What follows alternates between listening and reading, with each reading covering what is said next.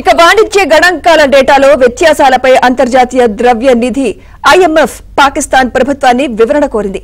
పాకిస్తాన్ బాహ్య వాణిజ్య గణాంకాలను పరిశీలించిన ఐఎంఎఫ్ డేటాలో వ్యత్యాసాలున్నట్లు గుర్తించింది.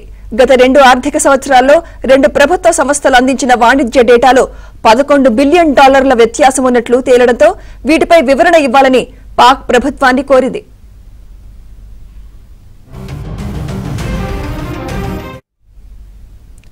రెండు 2023-24, 2024-25 ఆర్థిక సంవత్సరాలకు సంబంధించిన పాకిస్తాన్ సంస్థలు revenue automation limited PRAL, Pakistan single window PSW అందించిన దిగుమతి డేటాలో వ్యత్యాసాలను IMF గుర్తించింది. ప్రభుత్వం కంపెనీలు ఇచ్చిన గణాంకాల మధ్య ఉన్న తేడాపై IMF ప్రశ్నించింది. వినియోగదారుల్లో అపనమ్మకాన్ని తగ్గించడానికి డేటా గణాంకాల్లో పారదర్శకంగా ఉండాలని IMF పాక్ ప్రభుత్వానికి సూచించింది.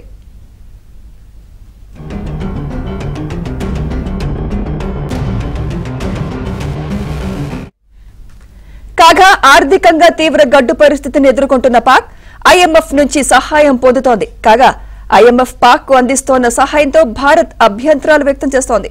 IMF సహాయాన్ని పాక్ దుర్వినియోగం చేస్తోందని ఆరోపిస్తోంది. దీంతో నిధుల విషయంపై IMF పాక్ కు కొన్ని షరతులను విధించింది.